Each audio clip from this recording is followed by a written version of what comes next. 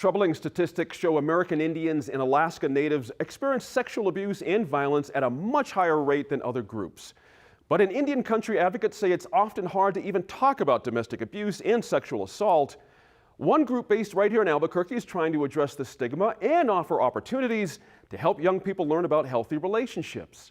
The Coalition to Stop Violence Against Native Women uses culture and social media and involves young people in decision making. The goal is to support communities while working with tribal leaders, local, state, and federal officials to not only advocate for families, but change the conversation about violence. And I'm here today with some people who've worked on many of these issues locally and nationally. Delana Otherbull is the Executive Director for the Coalition to Stop Violence, and Keosha Peter is their Youth Coordinator. And Kevin Washburn is a professor at the University of New Mexico School of Law, and you're also the former Assistant Secretary for Indian Affairs during the Obama administration. Yes, so thank you all for being here with us today. Thank you for having us. And so, Delana, what do you see as one of the biggest challenges when it comes to addressing violence against Native women and sexual assault in Indian country? I think some of the biggest challenges that we face are really that we don't have good numbers. We know that with the recent National Institute of Justice report that 83% of Native women experience violence in their lifetime, but here in our state, we really don't have adequate data systems to actually have the real numbers of what's happening. And what about when addressing in tribal communities? Do you often see that's troubling for people to talk about these issues? Well, I think in our tribal communities more specifically, silence is loud. And so having these conversations and engaging our communities to have these type of conversations within their families is really hard. And back to the numbers real quick, why aren't there better reporting of statistics? Well, we know that less than 2% of actual sexual assaults are ever prosecuted. So we also know that a lot of Native women or victims of sexual violence do not want to push forward with prosecutions. So oftentimes they're not reported. And one of the things that I think our tribal communities face is when they do report, there often are no services or support in place for them to have that kind of support through the process. And Kevin, I think some people who don't really know about these issues and why it's so challenging in Indian country, during your work with the administration, what did you see as some changes to help? Well, trying to address the data issue. The data issue is a real problem. Partly it's a trust issue because people don't trust the authorities. It's not their tribal community, it's not their tribe that's going to be handling the criminal justice or the prosecution or the public safety. Oftentimes it's outsiders, and they don't trust the ability of the outsiders to come in and actually do what they say they're going to do. It's also the fact that the uniform crime reports that every law enforcement agency files in the United States, there's no box that says did this happen in Indian country? Did it happen on Indian lands? And we made a lot of efforts during the Obama administration to start addressing those issues and making sure that we're gathering better data. But it takes years to develop good data, and then it takes years to develop the solutions once you have the good data to figure out what those solutions are. So it's a long-term type problem with long-term solutions. And there's also issues with prosecution by non-Native offenders. What are some of the policies that have been worked on in recent years? Well, we've had two major laws passed in recent years. The Tribal Law and Order Act, which expanded tribal jurisdiction to felonies. Prior to that, they only had misdemeanor jurisdiction. And the Violence Against Women Reauthorization allowed tribes to prosecute non-Indians in very narrow circumstances related to domestic violence or dating violence. And not very many tribes have actually been able to take advantage of those programs, but it's theoretically possible now, and a few tribes are starting to engage with those different programs. It turns out it's very expensive. We put a lot of rules on tribes if they want to use these tools. And incarceration turns out to be very expensive, and the criminal justice process in the United States is very fair, but very expensive.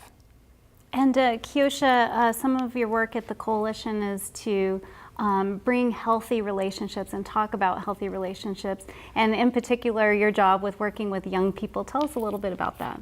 Oh yeah, so I came onto the Coalition to Stop Violence Against Native Women over a year ago now, and I've been spearheading a lot of the youth initiatives that have been out on the grounds and whatnot in our service areas.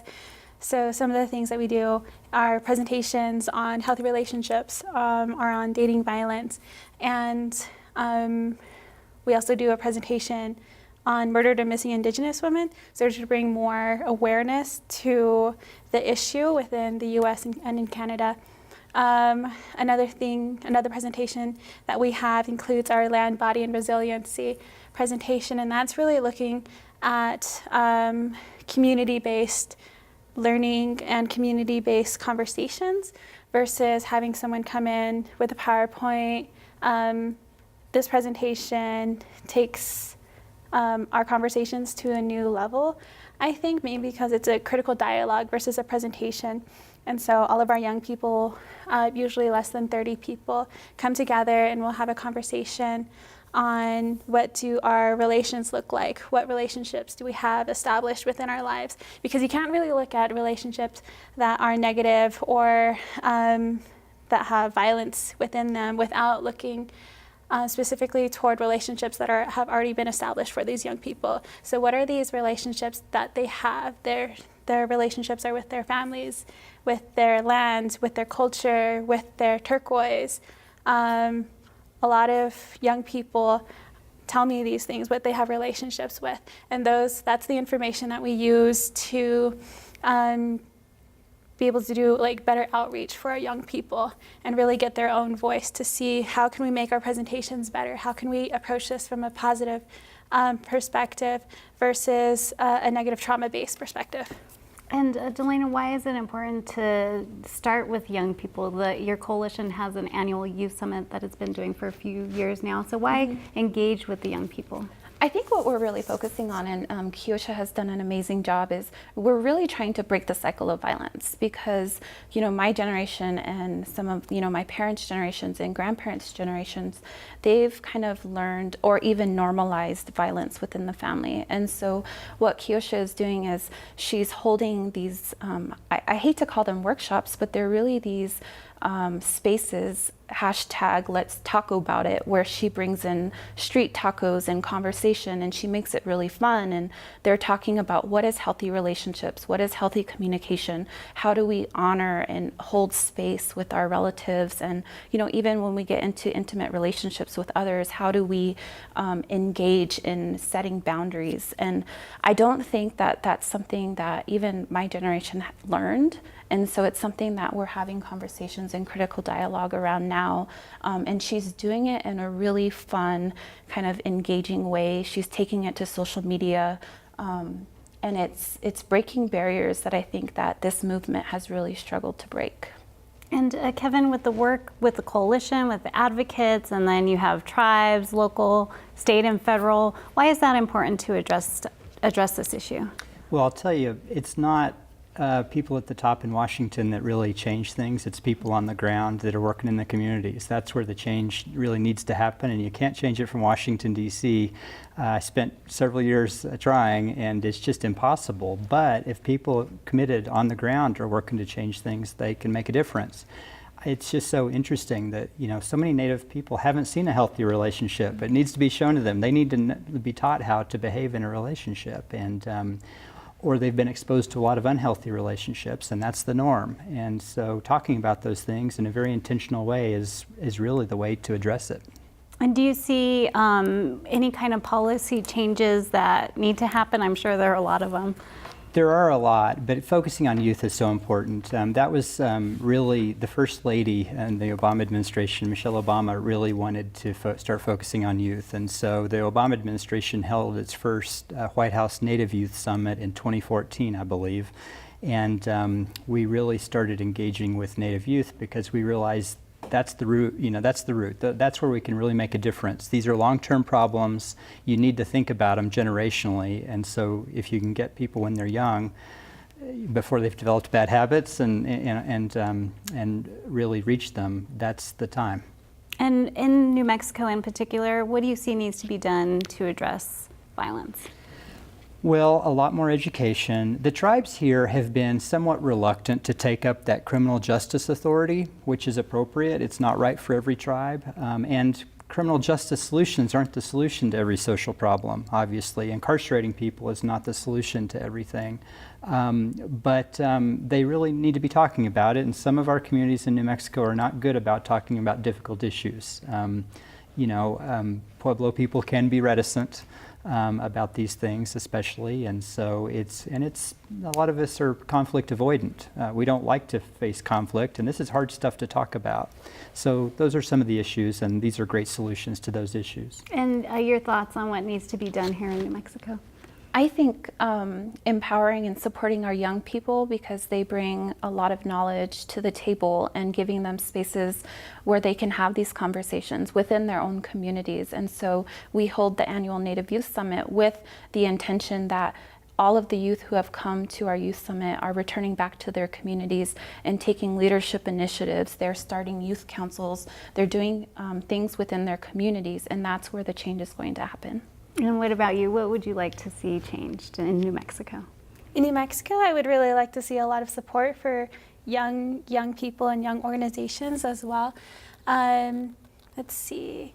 Right now, I know that one of the initiatives that a lot of the tribal youth councils are trying to get started, and they're trying to get the All Indian Governors Council involved, as well as this project called Tying the Knot, where they're going back to Popey's tying of yucca, and back in the Pueblo Revolt, and going back to like retie those knots and bring solidarity within the tribal youth councils to get their voice out.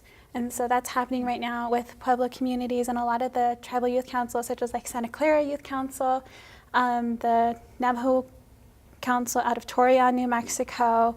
They're doing a lot of anti-colonial work as well, especially to bring light to the environmental degradation of resource extraction in their areas, especially concerning like the Los Alamos labs and nuclear waste, Chaco Canyon, and the academic fracking that is happening, and violence against our Native people. In Gallup, we see a lot of young people over at the Canfo shop who are looking to support our LGBTQ relatives, especially on Navajo Nation, and speaking out against border town violence that's happening here in New Mexico, especially with larger towns that border Native nations, including Farmington, Gallup, and Albuquerque. And so they're all really doing the work already, but just recognizing the work and acknowledging for what it is. A lot of the young people are the movement right now. They're doing their best to make their voices heard, to make their presence known. And we saw that last week over at the protest of the Entrada in Santa Fe, where one young person, her name is Jennifer Marley, was held without bond, even though like video evidence shows that she did not like commit like a battery on a police officer. They pulled her in, and so like seeing and recognizing that colonialism, that violence against our women, that violence against our LGBTQ relatives, and that violence in border towns is present and is connected to violence against women, because what happens to our land happens to our people. It is also the same violence that's happening to our young people as well. All right, well, there's still a lot of work to be done on this issue in Indian country, and especially here in New Mexico as well. And I want to thank you for coming in, and thank you for the work you're doing. Thank you. Thank you.